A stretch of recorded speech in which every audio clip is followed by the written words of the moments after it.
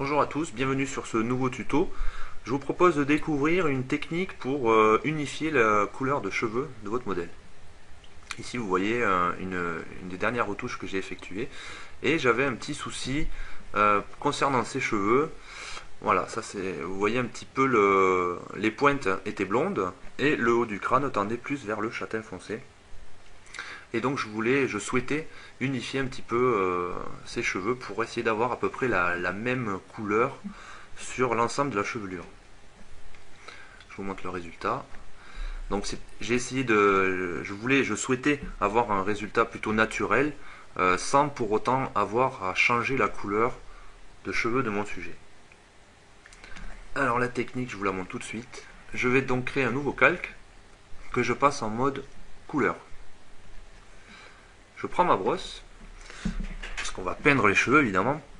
Et donc en enfonçant la touche Alt, j'active ma pipette qui va me permettre de venir choisir une couleur. Petite chose à savoir sur la pipette, c'est que si je clique sur la pipette ici, vous pouvez voir ici vous avez la taille de l'échantillonnage. Alors c'est quoi la taille de l'échantillonnage? En fait si je passe un échantillon ponctuel, Photoshop va me prendre une couleur sur une zone très restreinte. Pour avoir un résultat plus naturel, je peux lui demander d'échantillonner une zone plus grande. Donc par exemple un carré de 3 par 3 pixels, 5 par 5 pixels ou 11 par 11 pixels. Et donc si je lui demande de me choisir une couleur dans un carré de 11 par 11, il va me faire une couleur, il va me trouver la couleur moyenne qui se trouve dans ce carré de 11 par 11. Donc je vais venir piocher en par là. Voilà, donc là vous voyez un petit peu là. Vous pouvez voir ici la couleur qu'il va choisir. Voilà, tac. Donc je repasse en mode brosse. Je mets un flux de 50% pour quand même voir un petit peu ce que je fais. Et je peins. Tout simplement l'ensemble de la chevelure. Alors je vais même repasser là, comme vous voyez, je repasse là où j'ai déjà échantillonné.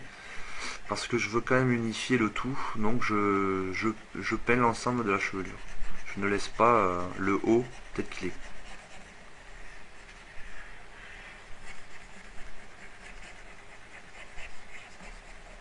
Voilà, donc là je fais le gros de la chevelure.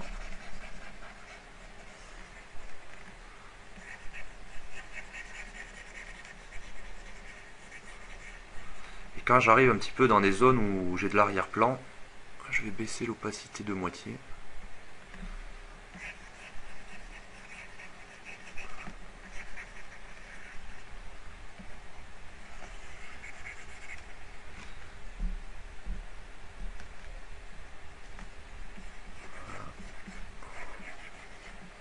Essayez de pas trop en mettre sur l'arrière-plan, ça se verra pas trop, mais bon.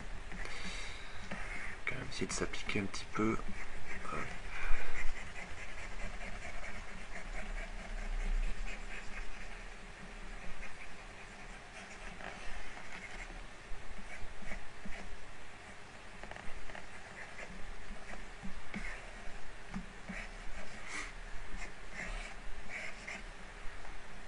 C'est too much, je vais prendre la gomme.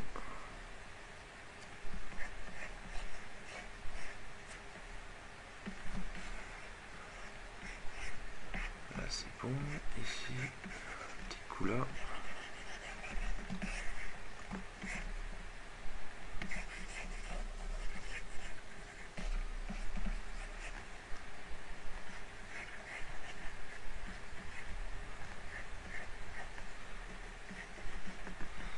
Voilà, pas trop s'éterniser non plus. Un petit coup ici. C'est quand même les pointes, c'est quand même un petit peu le but de notre manœuvre.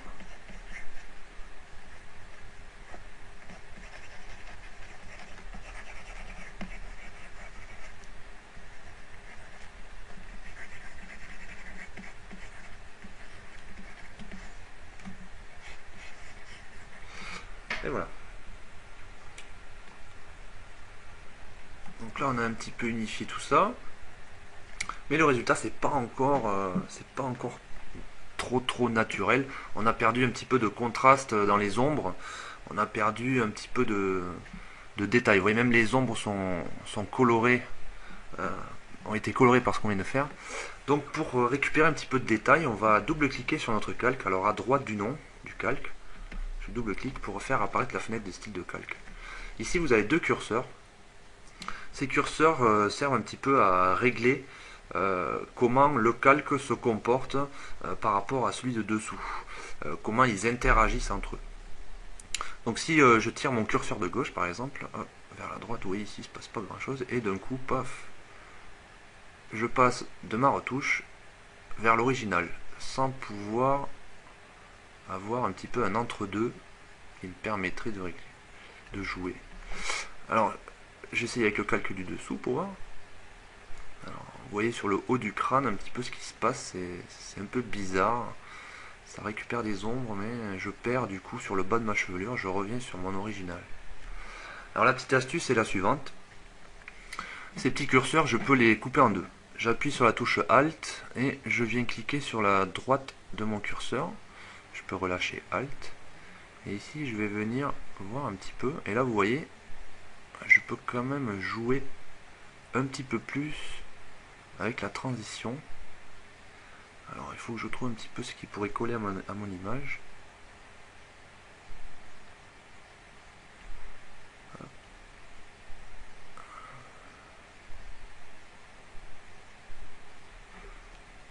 Ici, hop, je le split avec la touche Alt. Et là, vous voyez, sur le haut du crâne, j'arrive à récupérer un petit peu du contraste.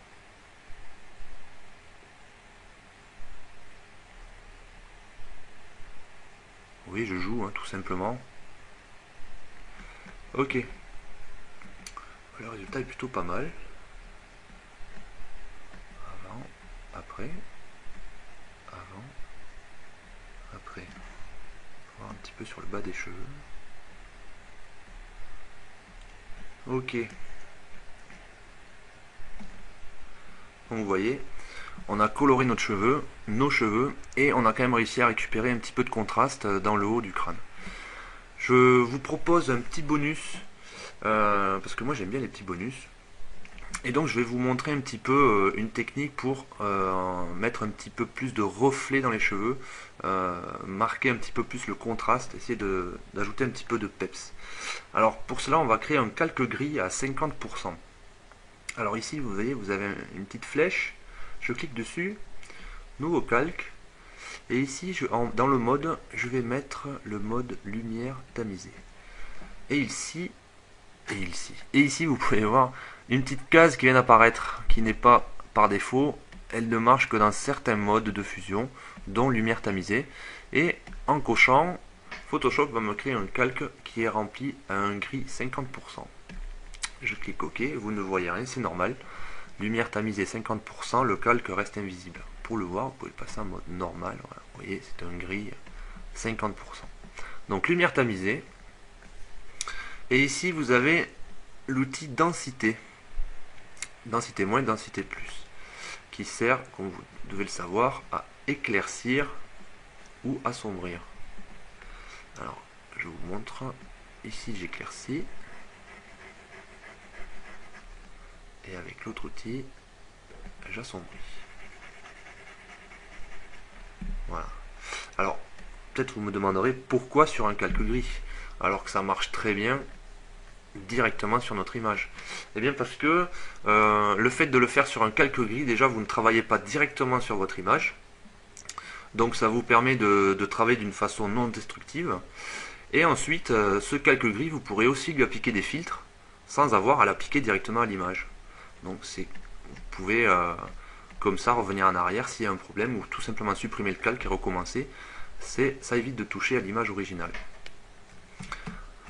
Donc comme je vous expliquais, densité moins, j'éclaircis. En appuyant sur la touche Alt, j'assombris. Ça permet de passer à l'autre outil sans avoir à passer par le menu.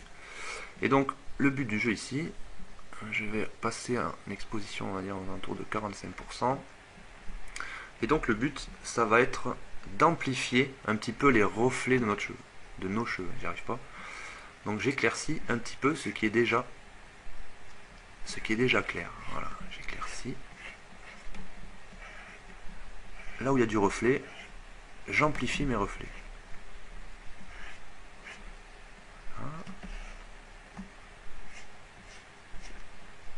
grossièrement, hein. Vu que je travaille sur un calque, ensuite je vais pouvoir jouer sur l'opacité si l'effet est trop important. Donc pas de souci.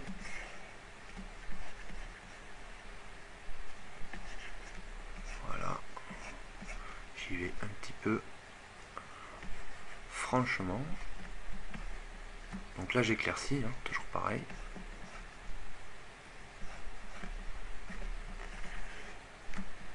C'est une technique qui peut être utilisée aussi pour la peau, pour un petit peu éclaircir des zones qui seraient trop sombres, comme des poches sous les yeux, une mauvaise ombre qu'on souhaiterait atténuer un petit peu.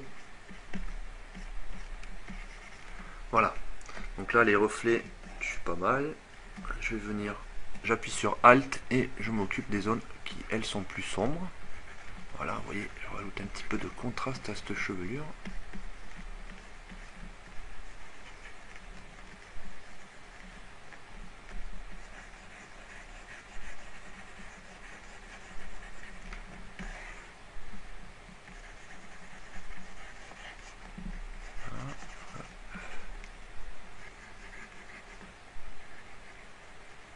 Hein, j'invente rien, juste ce qui est déjà sombre, je l'assombris.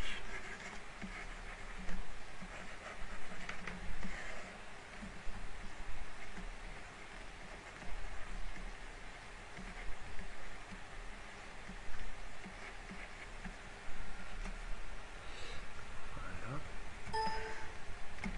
Un petit coup d'avant-après, moi j'aime bien voir ce que j'ai fait. Donc là vous voyez les reflets sont très très forts. Et ensuite je vais venir jouer avec l'opacité. Voilà, c'est pas mal. Un petit peu plus peut-être. Ah. Je vous montre un petit peu notre calque. Vous